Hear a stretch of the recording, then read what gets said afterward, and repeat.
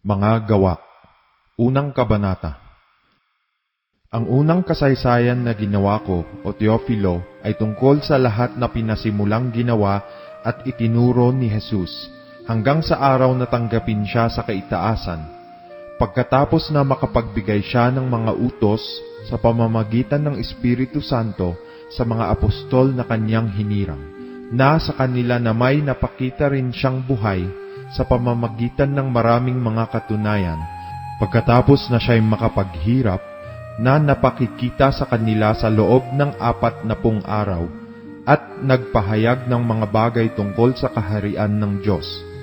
At palibhasa'y nakikipagpulong sa kanila, ay ipinag-utos niya sa kanila na huwag silang magsialis sa Jerusalem, kundi hintayin ang pangako ng Ama, na sinabi niyang narinig ninyo sa akin, sapagkat tunay na si Juan ay nagbautismo ng tubig, datapwat kayo'y babautismuhan sa Espiritu Santo, na di na malalaunan pa. Tinanong nga siya nila nang sila'y nangagkakatipon, na nangagsasabi, Panginoon, isasauli mo baga ang kaharian sa Israel sa panahong ito?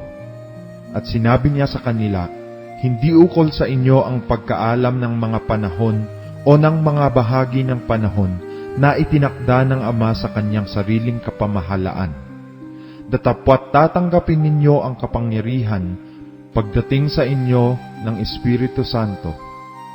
At kayo'y magiging mga saksi ko sa Jerusalem at sa buong Judea at Samaria, at hanggang sa kahuli-hulihang hangganan ng lupa. At pagkasabi niya ng mga bagay na ito, nang siya'y tinitingnan nila, ay dinala siya sa itaas, at siya'y tinanggap ng isang alapaap at ikinubli sa kanilang mga patingin. At samantalang tinititigan nila ang langit habang siya'y lumalayo, narito may 2 lalaking nangakatayo sa tabi nila na may puting damit, na nangagsabi naman, kayong mga lalaking taga Galilea, bakit kayo'y nangakatayong tumitingin sa langit? Itong si Jesus na tinanggap sa langit mula sa inyo, ay paparitong gaya rin ng inyong nakitang pagparoon niya sa langit. Nang magkagayon ay nangagbalik sila sa Jerusalem buhat sa tinatawag na bundok ng mga Olibo, na malapit sa Jerusalem, na isang araw ng Sabat lakarin.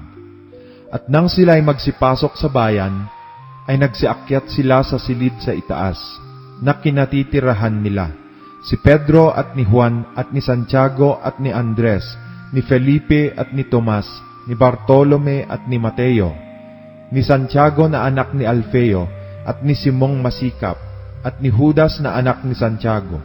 Ang lahat ng mga ito'y nagsisipanatiling matibay na nangagkakaisa sa pananalangin na kasama ang mga babae at si Maria na ina ni Jesus at pati ng mga kapatid niya. At nang mga araw na ito'y nagtindig si Pedro sa gitna ng mga kapatid at nagsabi, at nangagkakatipon ang karamihang mga tao na may 120. Mga kapatid, kinakailangang matupad ang kasulatan, na nang una ay sinalita ng Espiritu Santo sa pamamagitan ng bibig ni David tungkol kay Judas, na siyang pumatnugot sa nagsihuli kay Jesus, sapagkat siya'y ibinilang sa atin at siya'y tumanggap ng kanyang bahagi sa ministeryong ito. Kumuha nga ang taong ito ng isang parang sa pamamagitan ng ganti sa kanyang katampalasanan, at sa pagpapatihulog ng patiwarik ay pumutok siya sa gitna at sumambulat ang lahat ng mga laman ng kanyang tiyan. At ito'y nahayag sa lahat ng mga nagsisitahan sa Jerusalem. Ano pat tinawag ang parang na yaon sa kanilang wika na Akeldama, sa makatuwid bagay ang parang ng dugo, sapagkat nasusulat sa aklat ng mga awit, bayaang mawalan nawa ng tao ang kanyang tahanan, at huwag bayaang manahan doon ang sinuman, at bayaang kunin ng iba ang kanyang katungkulan. Sa mga taong ito nga na nangakisama sa atin sa buong panahon na ang Panginoong si Jesus ay pumapasok at lumalabas sa atin, magmula sa pagbautismo ni Juan hanggang sa araw na siya'y tanggapin sa itaas mula sa atin, ay nararapat na ang isa sa mga ito'y maging saksi na kasama natin sa kanyang pagkabuhay na maguli. At kanilang ibinukod ang 2, si Jose na tinatawag na Barsabas, na pinamagatang Husto at si Matias.